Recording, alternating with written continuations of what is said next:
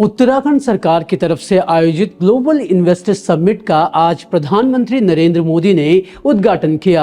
इस दौरान प्रधानमंत्री ने हाउस ऑफ हिमालयाज ब्रांड को भी लॉन्च किया।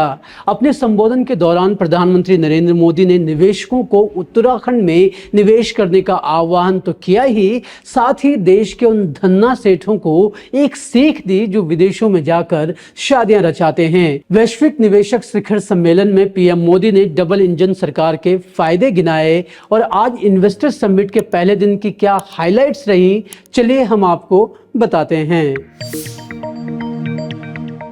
इन्वेस्टर समिट की शुरुआत उत्तराखंडी मांगल गीत से की गई।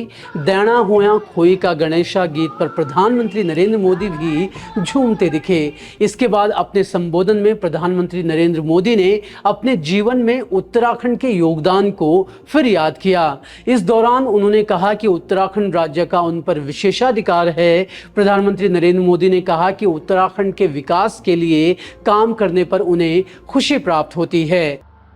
कुछ वर्ष पहले जब मैं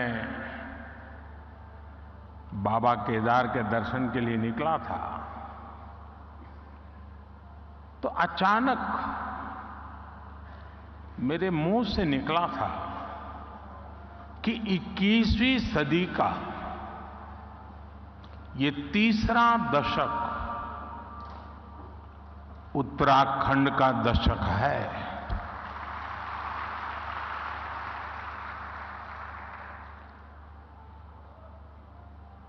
और मुझे खुशी है कि अपने उस कथन को मैं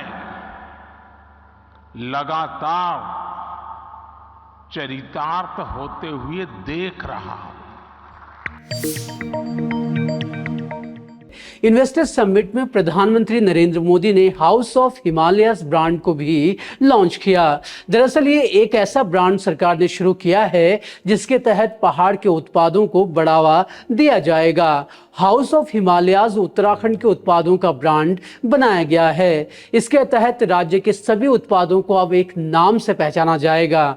अभी तक हिमाद्री, हिलांस, ग्राम्यश्री जैसे तमाम उत्पाद अलग अलग नाम से बाजार में जाते हैं, लेकिन अब सभी हाउस ऑफ हिमालयाज के नाम से पहचाने जाएंगे। हाउस ऑफ हिमालयाज के तहत न सिर्फ ग्राहक को पहाड़ी उत्पाद किफायती दामों पर मिलेंगे, बल्कि खुद उन उत्पादों को बनाने वालों को भी इनकी अच्छी कीमत मिल पाएगी।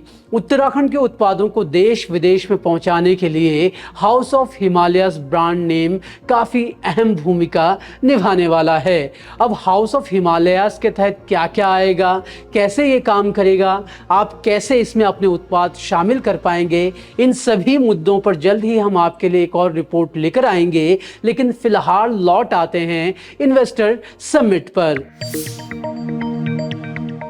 प्रधानमंत्री नरेंद्र मोदी ने इस दौरान अपनी डबल इंजन सरकार के फायदे भी गिनाए।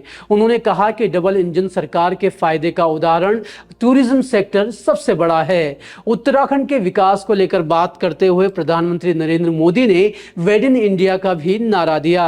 उन्होंने देश के धन्ना सेठों को एक सीख भी दी। उन्होंने कहा कि जो धन्ना सेठ विदेशों में जाकर शादी रचाते हैं, उन्हें अपने देश की ही वेडिंग डेस्टिनेशन पर विवाह रचाने पर ज्यादा फोकस करना चाहिए। प्रधानमंत्री नरेंद्र मोदी ने कहा कि मेक इन इंडिया की तरह ही वेड इन इंडिया भी चलाया जाए। पीएम मोदी ने कहा कि अपने परिवार की एक डेस्टिनेशन वेडिंग अगले 5 साल में उत्तराखंड में करें। अगले 5 साल में 5000 डेस्टिनेशन वेडिंग भी उत्तराखंड में हुई तो ये एक नया क्षेत्र खड़ा हो जाएगा। खास करके देश के धन्ना सेठों को मैं कहना चाहता हूं, अमीर लोगों को कहना चाहता हूं, मिलियनर बिलियनर से कहना चाहता हूं,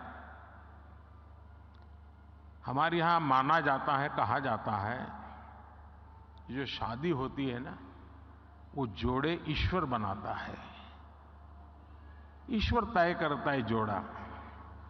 मैं समझ नहीं पा रहा हूं, जोड़े जब ईश्वर बना रहा है तो जोड़ा अपने जीवन की यात्रा उस ईश्वर के चरणों में आने के बजाय विदेश में जाकर के क्यों करता है?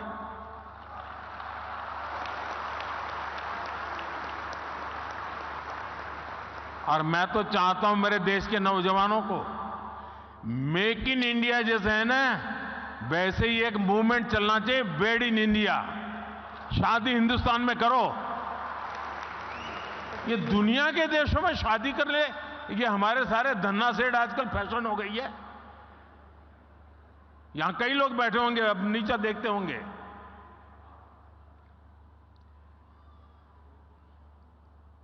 और मैं तो चाहूंगा आप कुछ इन्वेस्टमेंट कर पाओ न कर पाओ छोड़ो, हो सकता है सब लोग ना करें, कम से कम आने वाले 5 साल में आपके परिवार की एक डेस्टिनेशन शादी उत्तराखंड में करिए।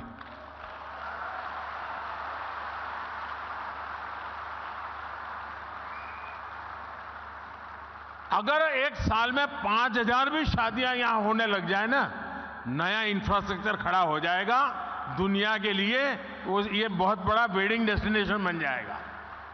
वहीं बात करें इन्वेस्टर समिट की, तो आज इसका पहला दिन है और पहले दिन अडानी एंटरप्राइजेस के डायरेक्टर प्रणव अडानी ने उत्तराखंड में निवेश के लिए अपना पिटारा खोला। उन्होंने कहा कि हम उत्तराखंड में नेचुरल गैस उपलब्ध करा रहे हैं। इसके साथ ही उन्होंने राज्य में अपनी निवेश योजनाओं को लेकर भी बात की। उन्होंने बताया कि अडानी समूह 200 स्टेट की बसें सीएनजी से चलाएगा। रुड़की प्लांट पर 300 करोड़ का खर्च किया जाएगा। प्रदेश में अंबुजा सीमेंट के विस्तार पर खर्च को बढ़ाया जाएगा और इसके साथ ही ऋषिकेश देहरादून के बीच 1400 करोड़ ग्राइंडिंग यूनिट पर खर्च किए जाएंगे। प्रणव अडानी की तरह ही दूसरे कारोबारियों ने भी निवेश को लेकर कई वादे और इरादे इन्वेस्टर समिट में जताए। इन्वेस्टमेंट समिट कल तक चलेगा और कल भी कई कारोबारी अपने निवेश प्रस्ताव यहां पर लाएंगे। ग्लोबल इन्वेस्टर समिट एक ऐसी पहल है जिसके जरिए सरकार राज्य में नया निवेश लाना चाहती है। नया निवेश आएगा तो नए रोजगार पैदा होंगे। हालांकि जरूरी ये है कि यहां होने वाला डेवलपमेंट यहां की प्रकृति के हिसाब से हो, वरना सिलक्यारा टनल हादसे वाली स्थिति कभी भी पैदा हो सकती है।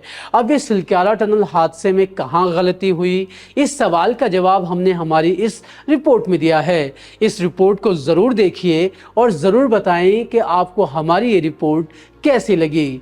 पसंद आई हो तो चैनल को लाइक, शेयर और सब्सक्राइब करना ना भूलें। हम कोशिश करेंगे कि आगे भी आपको इस इन्वेस्टर समिट की पूरी विश्लेषण, पूरी चर्चा आपके सामने पेश कर सकें। तब तक के लिए धन्यवाद।